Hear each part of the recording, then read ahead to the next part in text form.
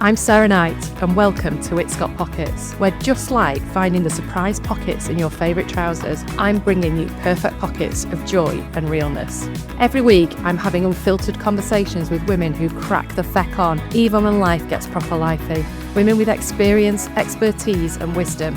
Because sometimes the best stories start in the middle. Women who've been there, done that, and they're still figuring it out. Join me for real talk, useful tactics, and all the swears in between that make your life and business feel that bit more manageable. Hello, hello, hello. Welcome to It's Got Pockets. Today, I have the amazing Alison Cork MBE. I mean, we have a celebrity status in the studio, people.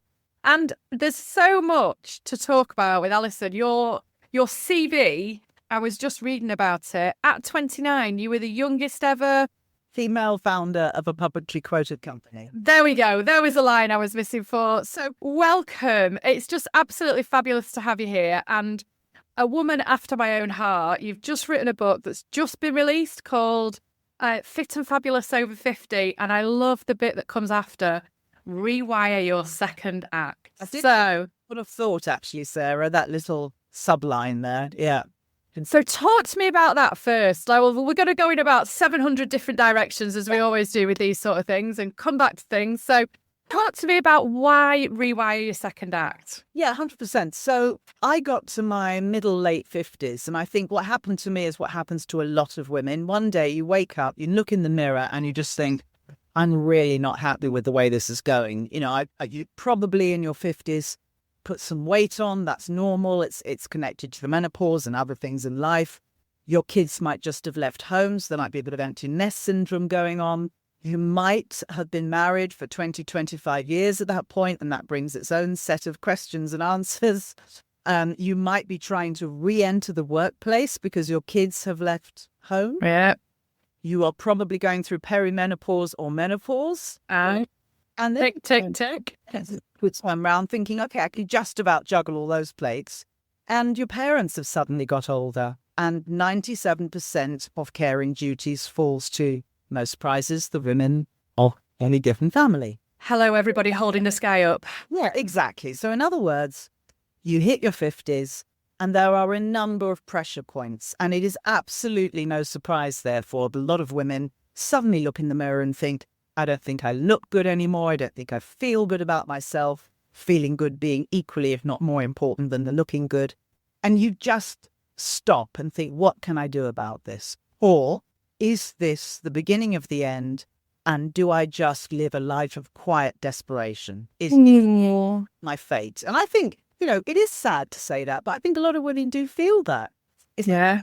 Do I just accept that this is the way it is? I'm going to be 10 pounds a stone more than I want to be, not feeling or looking my best, under pressure all the time. I'm just going to live with that. And I looked in the mirror and thought, I don't want that for me. I want to be at my peak. I think I've got so much more to give in this life. So I thought, well, what can I do about it? And in my case, I decided to go to, it was actually technically a gym, but actually what they taught you was how to eat. Wow. 80% of the success of weight loss is about what you eat. You can drop dead with cardio sessions at the gym. You're not going to lose weight if you haven't changed the way you eat. So they really began to re-educate me around how to eat, actually for women at my time of life, how to exercise, which is all about strength training and weight training and building muscle and eating protein. So it was fascinating because I was a restaurant critic for 10 years and I just sort of walked through the door on the first day saying, well, of course, I know about food. There's not much you can tell me about food. And they just very patiently said, okay, just write down what you eat in a given day. So, of course, I did. And he looked at me very patiently, this PT, and said, yeah, you do realize, Alison, that's about 85% carbohydrates. That it's taking you nowhere. Yeah, but, you know, bread. Bread, but there are alternatives. So anyway, I went through this process, took me over a year and a half because I really wanted to do it slowly, do it properly, make it a permanent change in my life.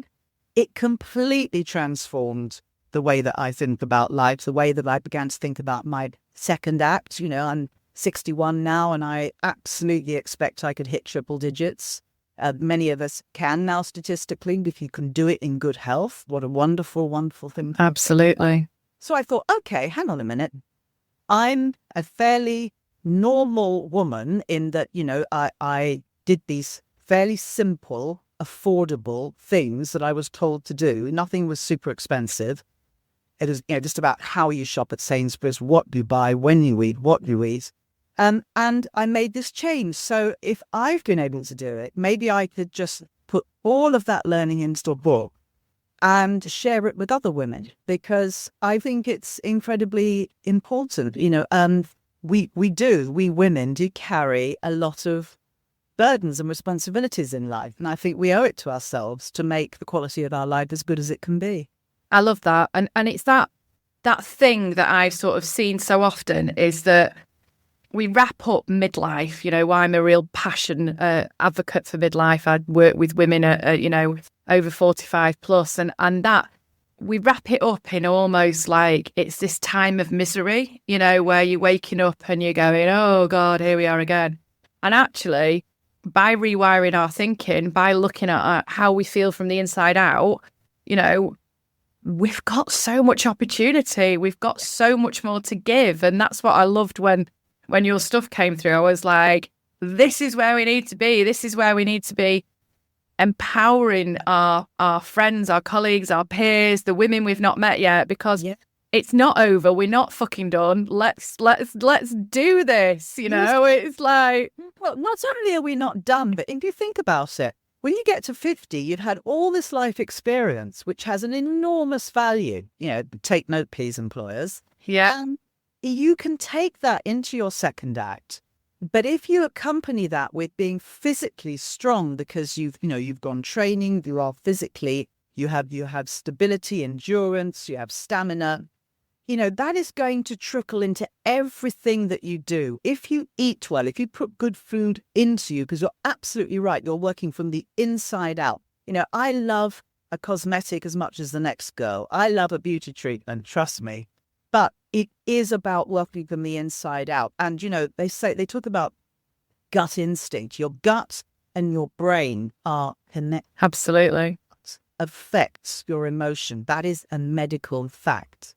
So it's really important that you eat the right food to send the right messages around your body, which obviously helps your mood and your performance and your outlook on life, but also to help you exercise, because the stronger you become, it's a self-fulfilling prophecy. The stronger you become, the more able you become, the more confident you become, and the more tools you have to deal with that second act. And I say deal with, that's actually the wrong word. You should be flying, you should be celebrating, you should be absolutely smashing it. Oh, I love this. There's so many things I want to ask you. So the first thing I want to ask you, and obviously menopause and mindset, so I'll probably forget the second thing in about 4 minutes. However, the first thing I want to say or ask you is, I feel that walking into that gym that you walked into on that day, you were quite lucky because, I've been a gym goer since I was in my mid-20s, and I've had PTs and, I understand the whole strength thing. I very rarely meet a PT, apart from my current PT, who's amazing. I've never met before now a PT who's understood truly a woman's body, and certainly how a woman changes as we come into midlife, because that is, for me, walking in and having that safe space to go, right, okay, actually this person gets me, but it's going to give me the right information, because, let's face it, we're a little bit skeptical and cynical as well when we get to the age that we're at now. It's like that sounds like you hit the right button. It's a very, very interesting question, which actually nobody has ever really asked me in that way before. And I think there are two parts to the answer. One is that the reality is that really good PTs are quite far and few in between. There are massive differences between the quality of PTs. And so when people say to me, how would you go about looking for one? I would absolutely go friends, family, recommendations. I would interview them. And I would expect to be interviewed. Yes. Then we don't do that. It's like a job interview. You are paying them to achieve something. And that something is you. You're the piece of work, so to speak.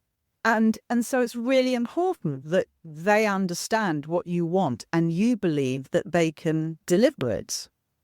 But the other part to that question, or the other answer to that question, is that I think we often make a mistake and we try and distinguish the sort of training that a woman should do relative to a man.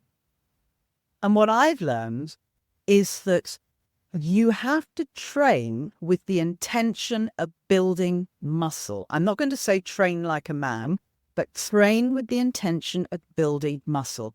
The number of women who say to me, yeah, but if I lift weights and I'm just going to look like one of those blokes at the gym with, as if I've been on steroids. No, you're not. It's physically impossible.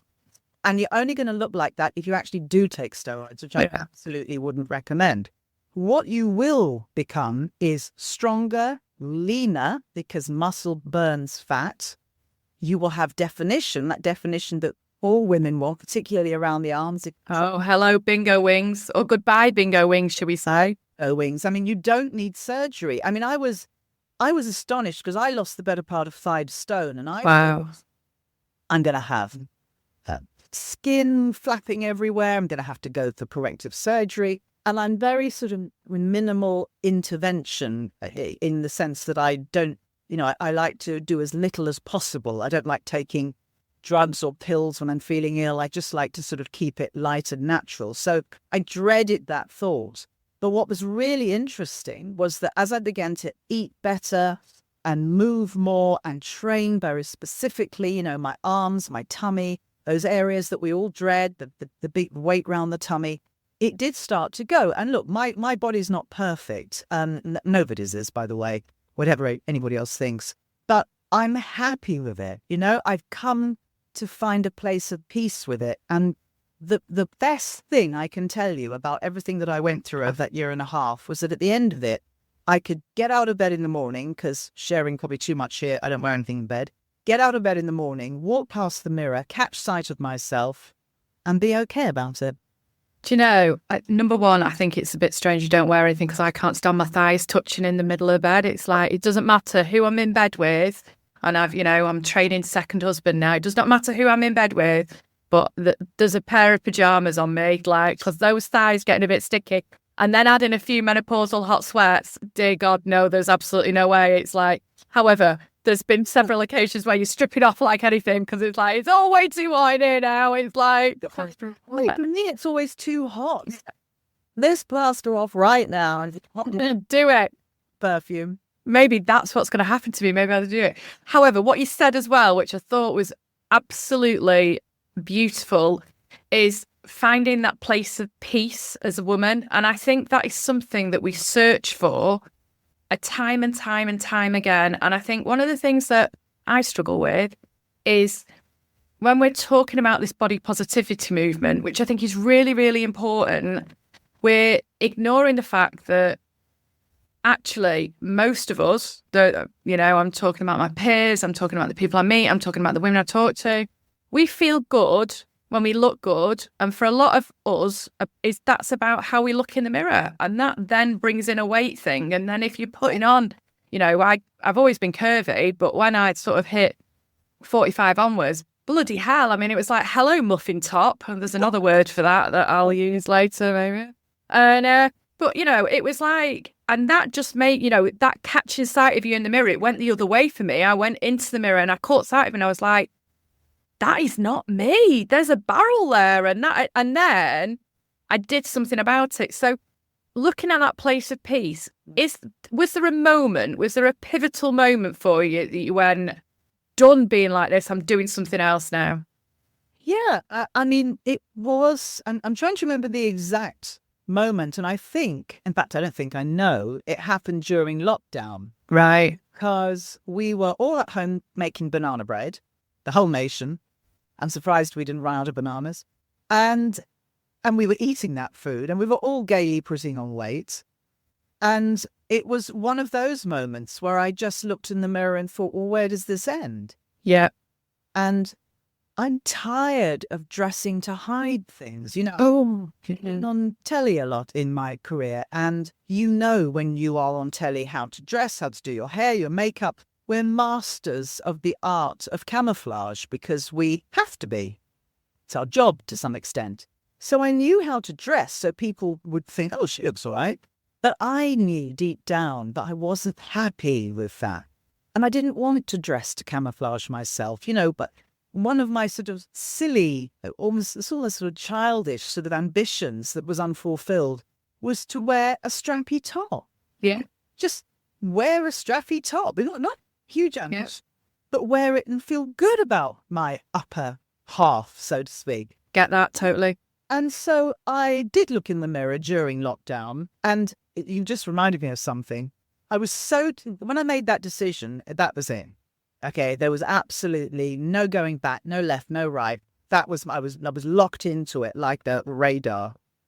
And I was the first person at the door of the gym at 6 a.m. on the day the gym reopened for the first time after lockdown. I was there before the trainer, and I was literally standing at the door, hammering on the door, saying, "Let me."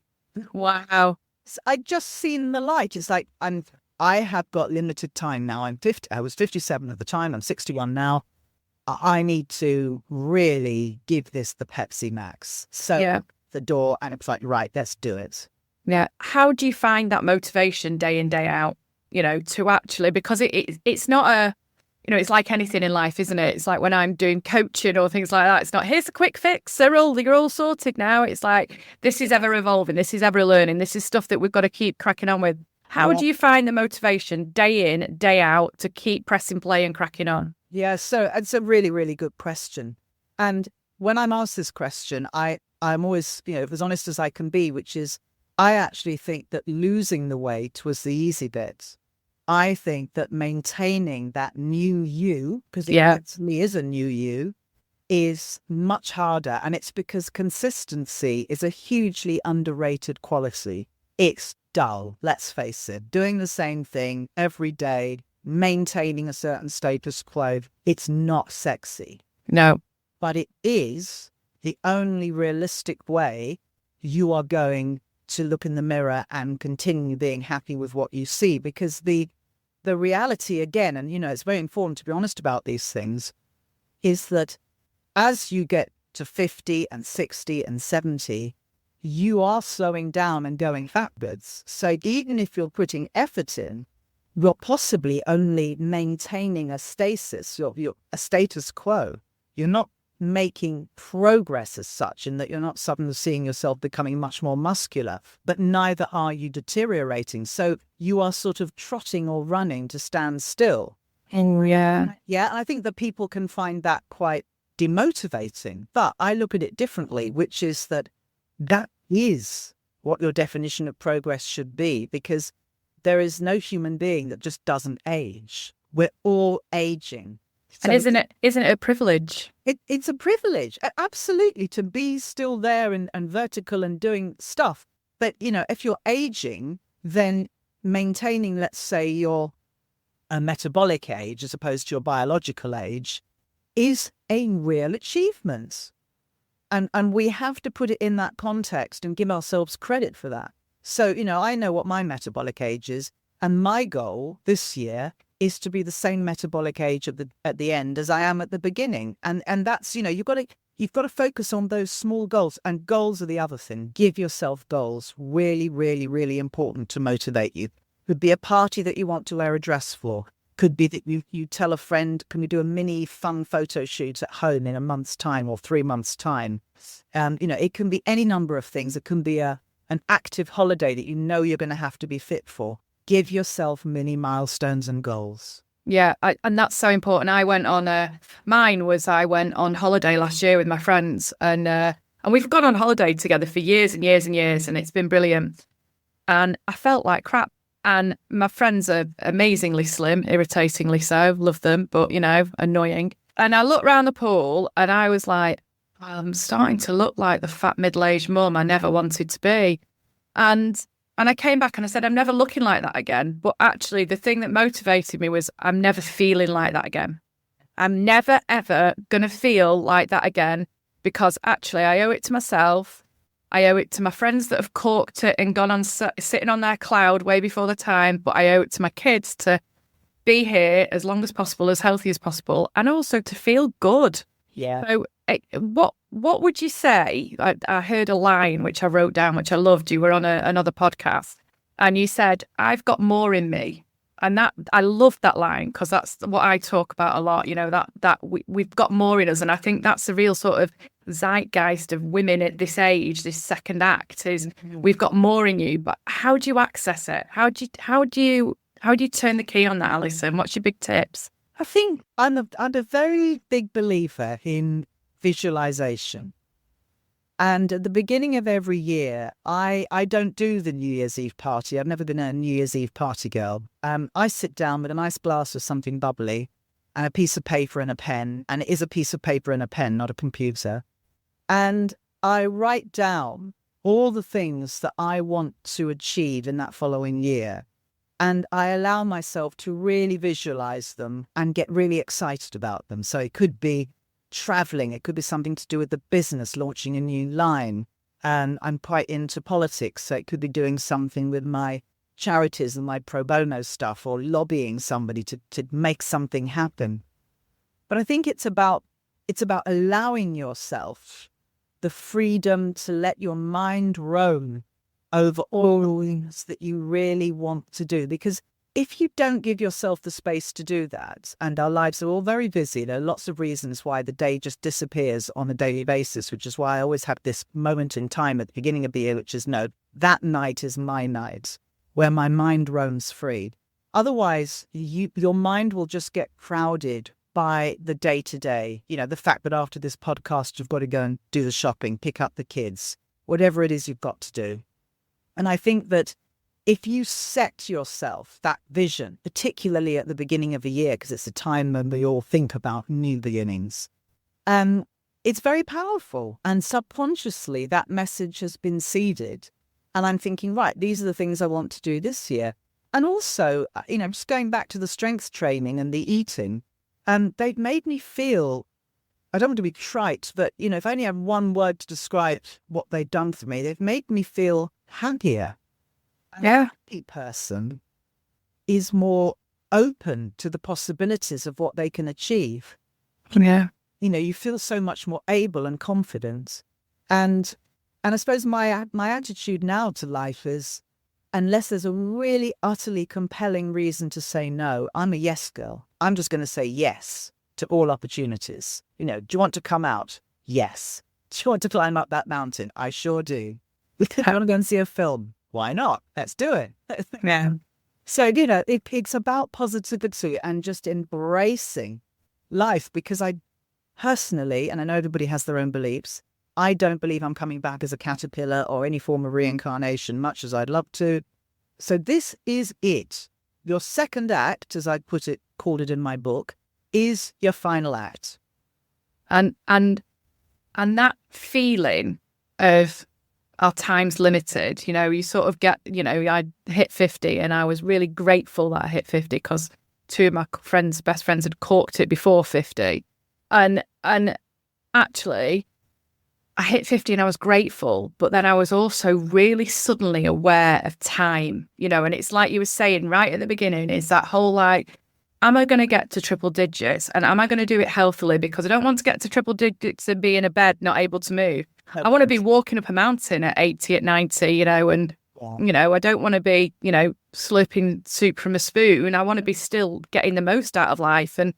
But all of a sudden, I think that's one of the switches is, shit, time's marching on. This is it. This is it. So what do you do with it? How do you... You use that fear, it's that wonderful book, I forget who wrote it now, Feel the Fear and Do It Anyway. Yes. So you're allowed to be, it's a bit of a kick up the bum, isn't it? And we need it, because otherwise I think we can take an awful lot for granted, especially if there's nothing manifestly wrong with you. If you'd met me 3 years ago, you'd have thought, she'll tell me, she'll feel like, quite Rubenesque, but fair enough, it's not unattractive.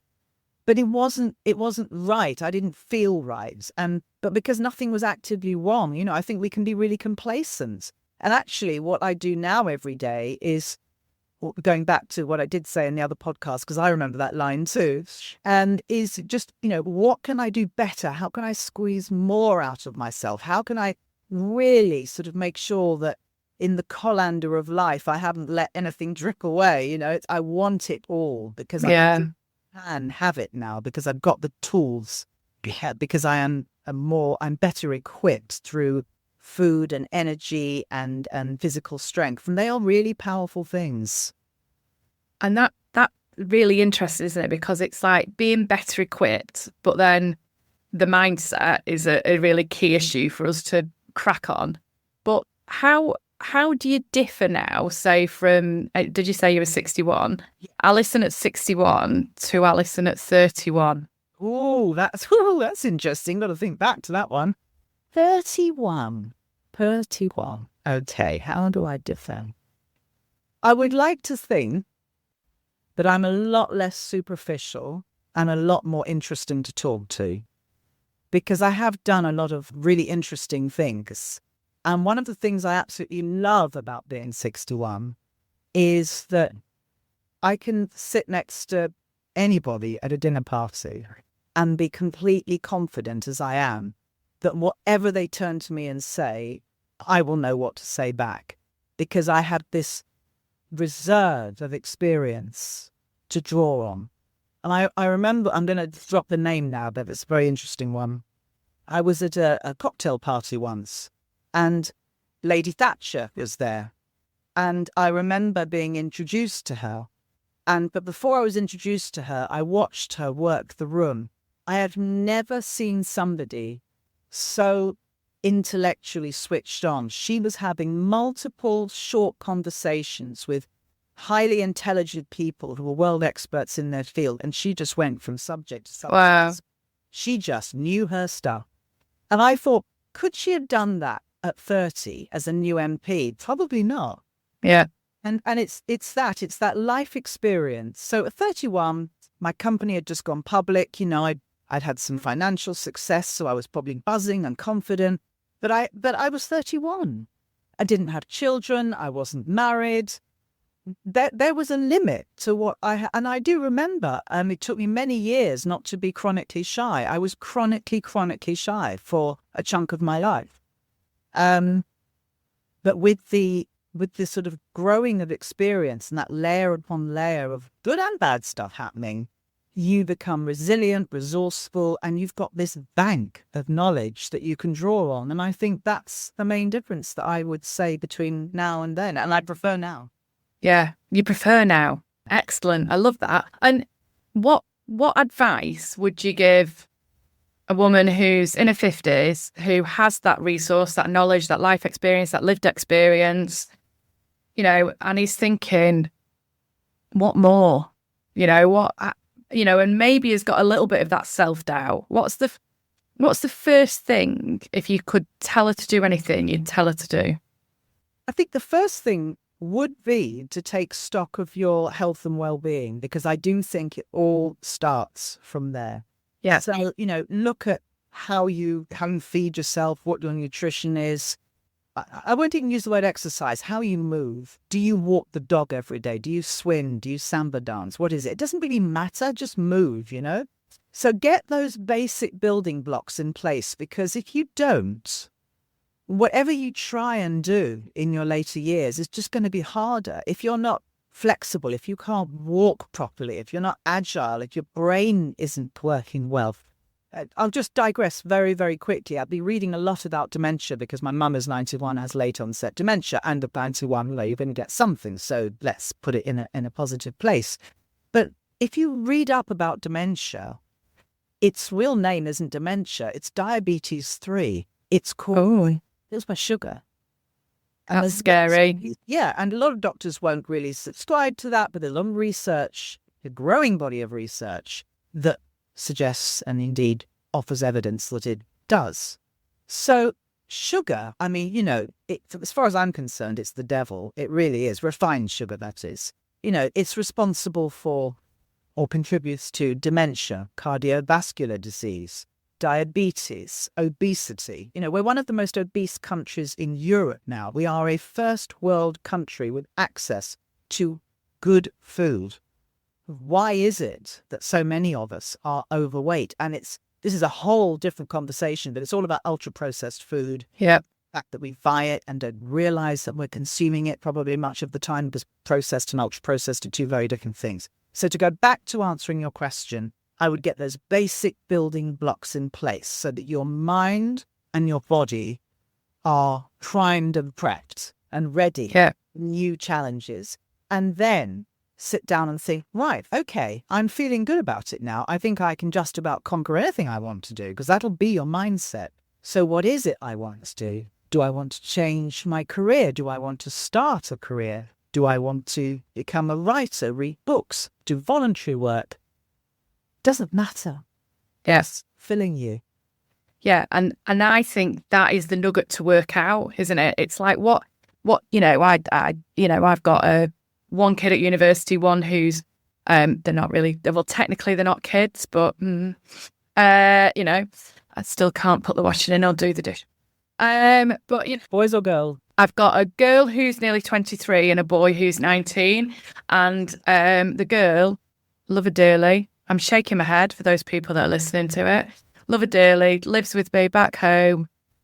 Absolutely cherish every moment I've got with her most of the time. Messiest fucking person you've ever... I mean, she's got a laundry basket in her room. And at the age, I'm really sorry to any parents listening to this thinking that there's going to be a different way. She still just lobs her clothes in the general direction of the laundry basket. Now, I don't do a washing for her anymore or anything like that. She's like, big girl pants on and everything. The sunshine is slightly, well, he's at university. And I actually walked into his university place on Sunday. And I was like, this isn't quite as bad as I thought it was going to be. Interesting. I was quite like, but yeah, so I've completely lost my tangent. I was just going down the kid rant thing there. Completely. I was in a zone.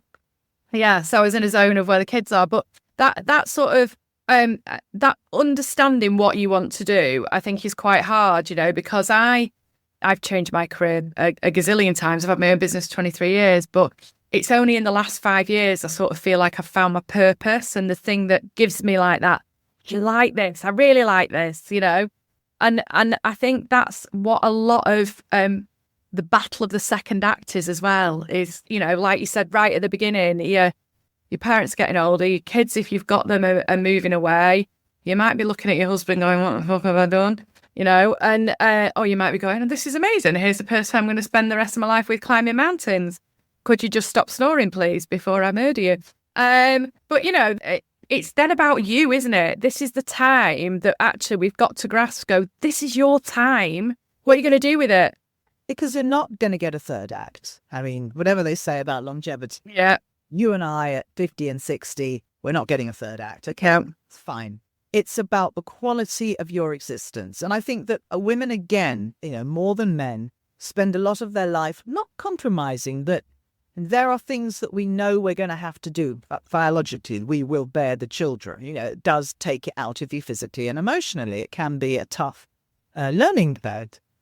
And so I think that there are, there will be certain responsibilities and expectations placed upon you in that first half of your life, especially your childbearing and rearing years. And therefore, your second half is that moment where you should be saying to yourself, well, what's my passion? What drives me? And I remember when I was writing this book, or talking to my husband saying, I think I'm going to write this book, with no knowledge of anybody would be in the least bit interested in reading it. But I just thought, I need to share this information. I feel so strongly about it. And he said, okay, so promise me one thing, Ali, whatever you do next, make sure that you're absolutely passionate about it. And it was all he said when he left the room. And I just thought, no, you're bang on. You're so right. And then when I was talking to one of my son's girlfriends recently, I was talking about something to do with one of the recipes in the book, I think.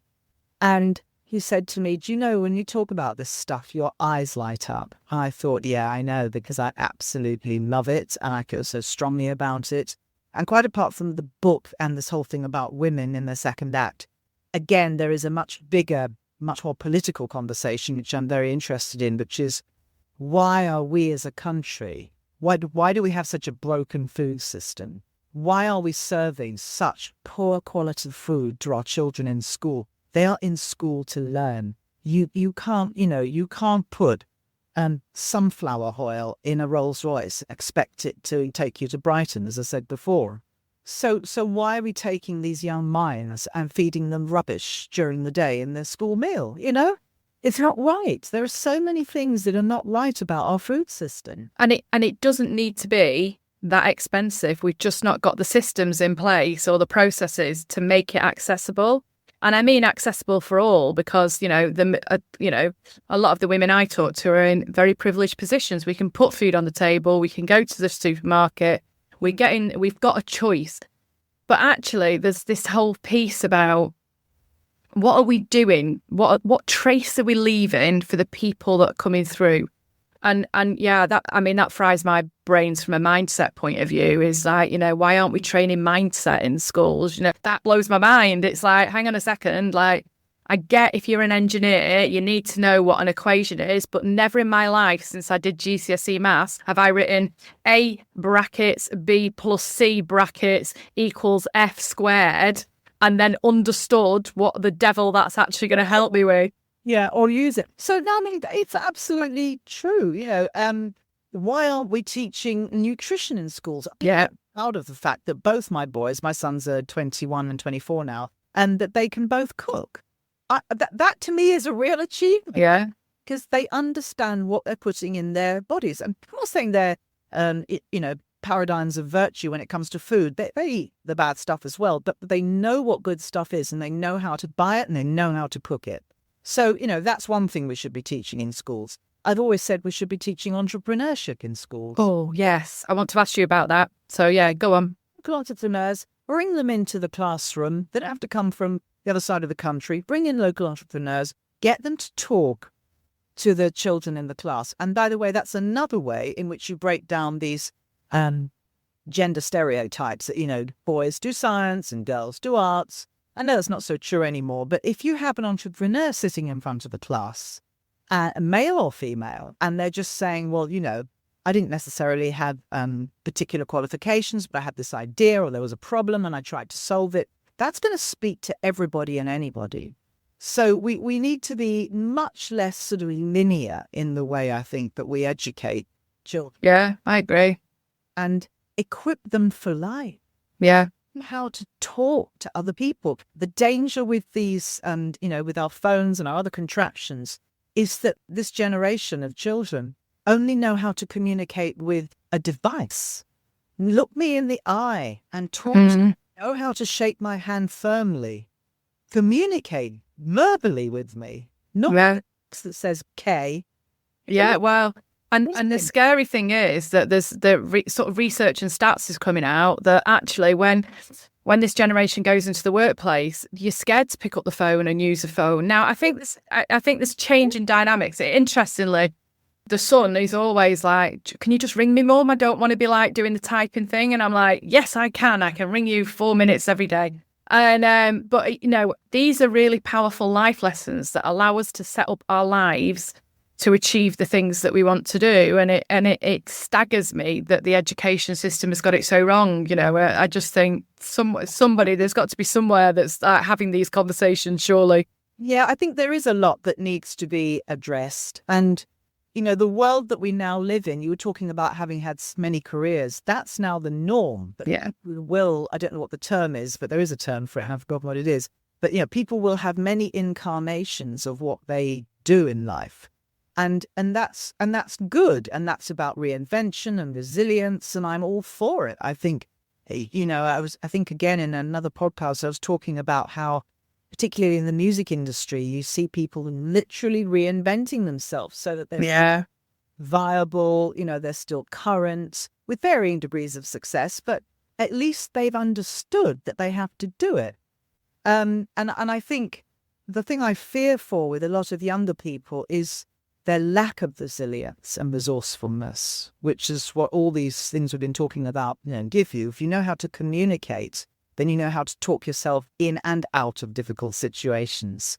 If you are physically strong, if you are mentally sharp because you is not drunk endless fizzy drinks, which literally are the worst thing on the planet, then you're going to be able to spot opportunities and take them. You'll feel capable of doing it. So there's so many factors that we need to bring into consideration to equip our young people, not just to survive, but to thrive. Yeah. About existing. It's where the conversation started. I didn't want to look in the mirror at 57 and say to myself, well, you can just exist for the next 20, 30 years and then you'll just drop off the edge and that's fine. It's not fine. No, it's not fine. We need to do more. And I think one of the things that's great that's shifting is definitely the younger generation's appreciation of health. I think is better than certainly mine was in my 20s. That's absolutely. There's a real movement towards not drinking, being sober, the benefits of being sober. So I think that some of the education is trickling through. I think it's just that we could do better. But what I want to ask you is, I noticed in my kindly stalking, no need to send the restraining order out. You've got a National Women's Enterprise Week, which you ran last year. So what about entrepreneurship at 50? What about entrepreneurship in your second act? Because that is exciting, but what are your thoughts on it? What are you seeing? The statistics are that women over the age of 50 form the fastest growing group in entrepreneurship. And a lot of that is to do with what we said earlier, which is you get to that point in life where you might have been out of the workplace and you find it's quite hard to get back in because you're 50 and that's considered to be, what use are you, etc. But also some women just sit down and think, hang on a minute, I've got all this life experience. I've got this thing I've always wanted to do, this passion and a drive for it. I might be a little bit more financially stable than I was at 25 or 35.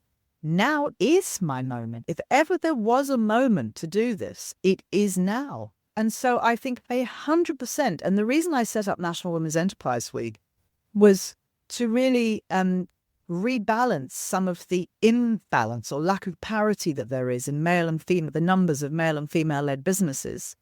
And a lot of that sits with that wonderful group 50 plus who are just sort of charging forward and starting businesses.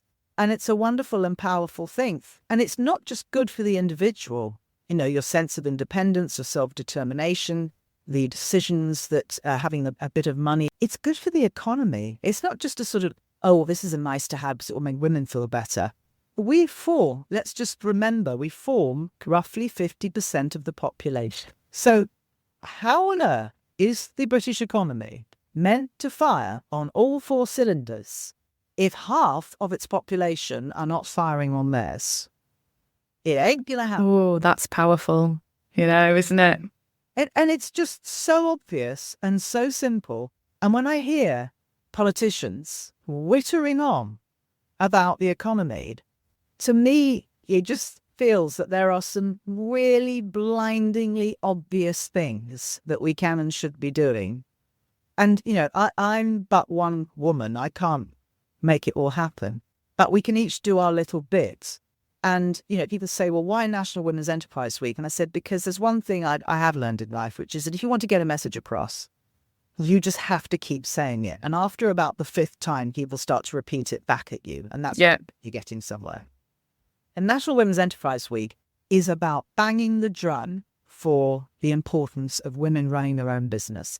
And at the centre of it, we have a competition, we have an accelerator. 10 women and female-led businesses can win the opportunity to come to London, be part of this wonderful 3-day incubator. It's really intense, really powerful. And all the PR that we generate around it is because these women are drawn from all corners of the United Kingdom. It's all about making people realise that women are not only needed in business, we're really, really good at it.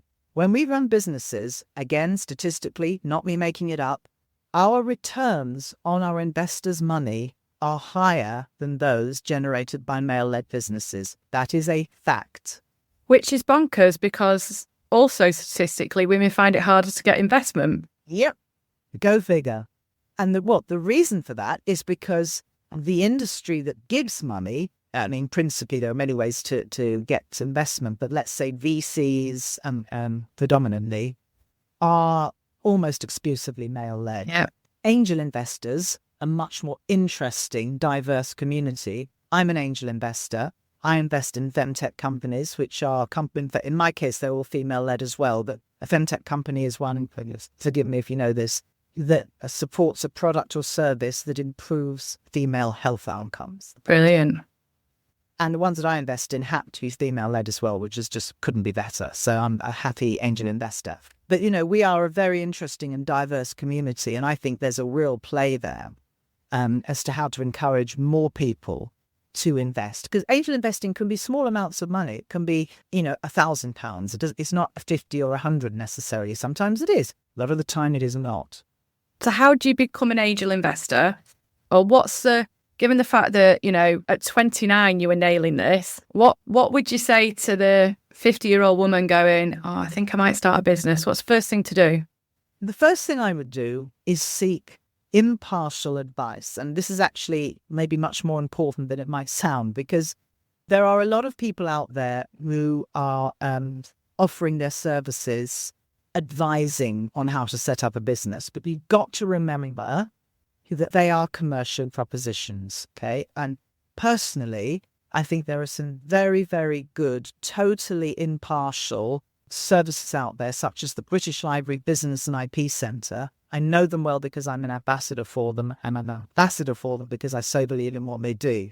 But they have 20 regional centres all around the country, and they're within the libraries of those areas, and you literally can go in and access intellectual property information, marketing information, in some cases one-on-one mentoring, and they can give you information on access to grants. The value of what they give you free is roughly £10,000. That is the value of the advice and services they give you, and it's completely free. And I never knew they existed until I was doing my research on talking to you. And, I think there is a value in the impartiality of it. So they exist simply to help people get their businesses off the ground. And a very interesting stat there is that 95% of the businesses that they help are still in business. Wow. Later, against the national average of just under 50%. Bloody hell. That's a pretty impressive stat. Yeah. And I think I'm right. I think it's 67% of the businesses that they assist are female-led. So they have a particular skill and focus in that area. And it is a crack team. I can tell you, I'm always blown away by them. I'm blown away by the fact that you've managed to store all those percentages in your head and you can actually remember them. I can barely remember what happened this morning. So I'm like, how have you retained that level of information? Vitamins and minerals. So get impartial advice, really important. I started my business when I was 6 months pregnant with the now nearly 23-year-old because I'd been made redundant. The company I went for had gone into administration after floating on the market. Wow. And so that was an interesting time because I went round to lots of companies and said, "Gives a job, mate." And they went, "Yeah, could you come back when the vanilla slices have gone, please?" And so I set up because I needed to pay my mortgage. And so I didn't really think too cleverly about what I was doing other than, shit, I need to earn some money and this is what I'm going to do. Do you think the advice has changed now? Because we hear talks about business plans and we hear talks about business bank accounts and doing all these different things. And what's the best advice if you're sitting there going, oh, do you know, I really want to start that business, or what do I do next? So the lovely thing about entrepreneurship, which I've always adored because I've got no patience whatsoever, is that you can go fast. Yeah. And I know there's that saying, which is if you want to go fast, go alone. If you want to go far, go with a team. And there is a lot to be said for that. But fundamentally, when you're in an organization or a corporation and you have an idea, God forbid, I know it's discouraged in many, but you've got to go through layers, and every layer has its own agenda, which is, we want that girl to stay there. We don't want her to rise up. So we'll ignore that idea. When you're an entrepreneur, you're sitting there having a board meeting with yourself, as I do regularly, and you can make decisions and you can act on them. So the answer to the question is, be agile, be iterative. Don't worry about all that baggage that the business bank account. Set it up when you've actually got some revenue coming in. VAT, I think the threshold is 80,000. So let's park that one for a moment. Just think about the idea, the proposition, the product, the service. Test it out. Friends, family, stand in the street. If you're making cakes, stand in the street, give them out, see what people think, film the response. Do your market research, test the product, test the idea. And you can do that at literally no cost and literally immediately, depending on what your idea or service is. So I'd say just start. Put one foot in front of the other. You will make mistakes. It doesn't matter. Yeah. And on that then, what does success look like for you today as an entrepreneur compared to what it looked like at 29?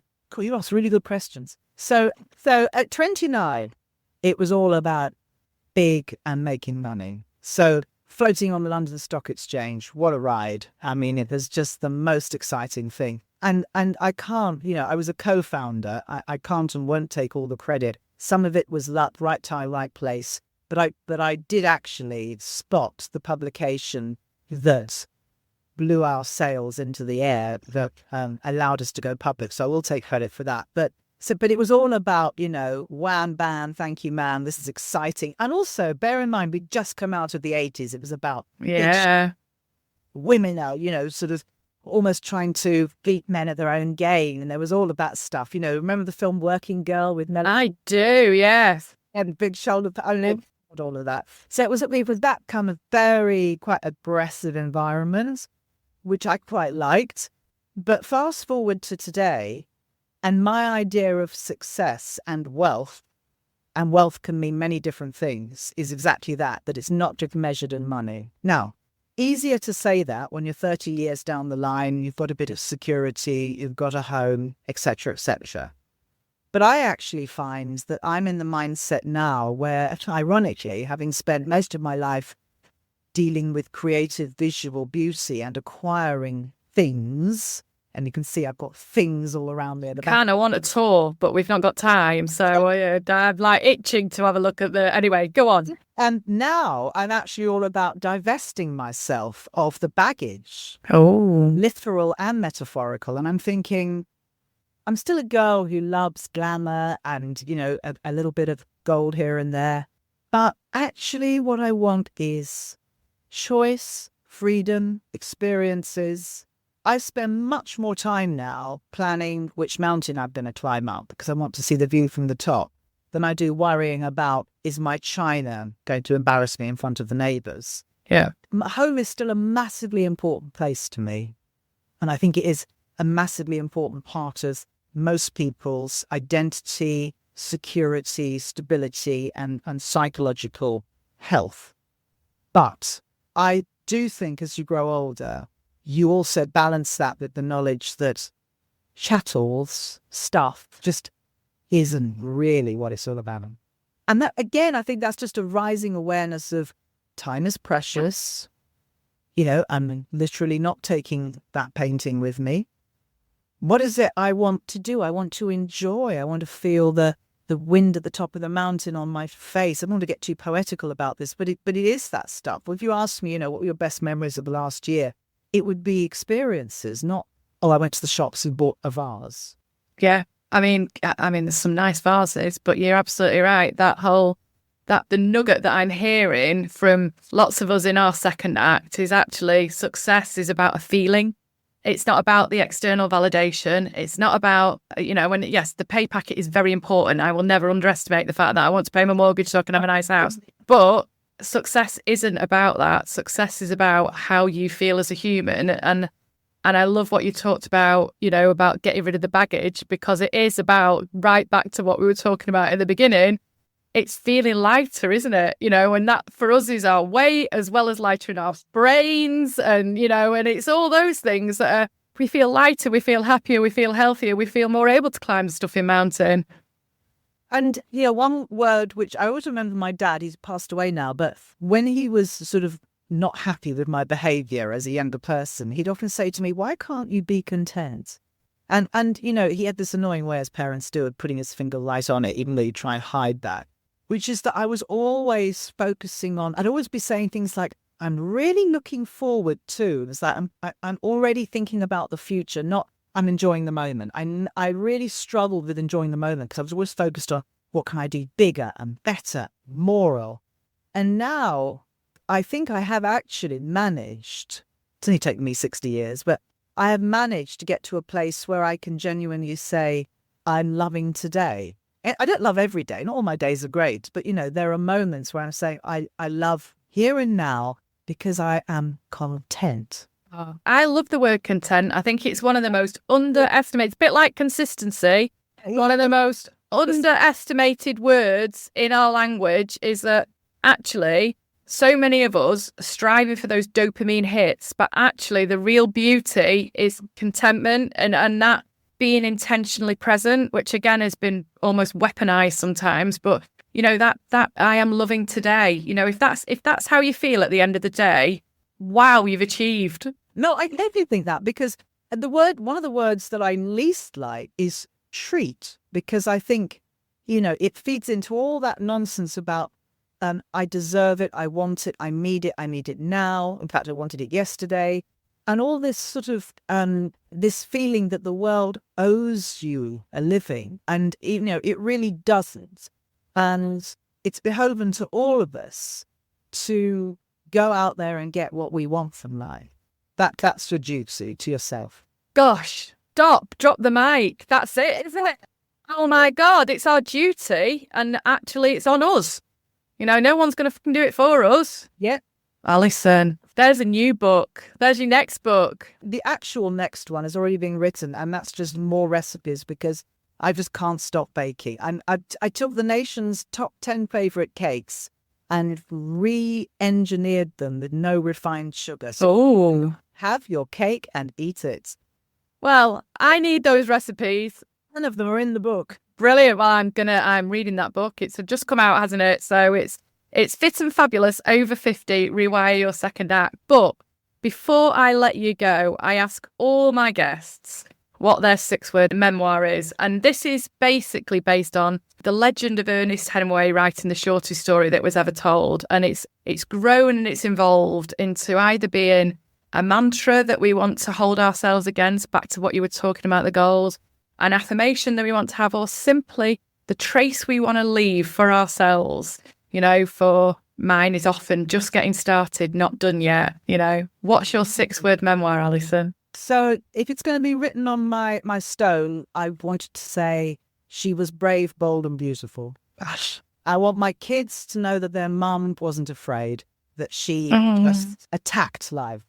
And when I say beautiful, I don't mean that in a vain way. I mean just tried to make the best of what she had.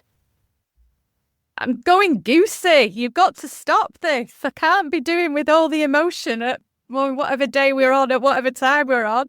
Oh, Alison, thank you so much. I could talk to you for hours, and I think we need a second episode to put the world to rights and all the other things that we're talking about. I would love to talk to you more about Women's Enterprise Week as well, so we can get some motoring going on that. But for now, Alison, thank you so much for being a fabulous guest on It's Got Pockets. As we button up another episode of It's Got Pockets, remember that just like that perfect dress with hidden storage, you've got pockets of potential. You can be exactly who you are meant to be with no one getting in your way, not even yourself. Just remember, you're not done yet. That plan B or plan C might be waiting for you. If you've enjoyed this episode and would like to work with me, or simply want to connect, come and find me at sarahknightconsultancy.co.uk. On Instagram, I'm Ministry of Midlife, or on LinkedIn, you'll find me as Nighty S. See you next time.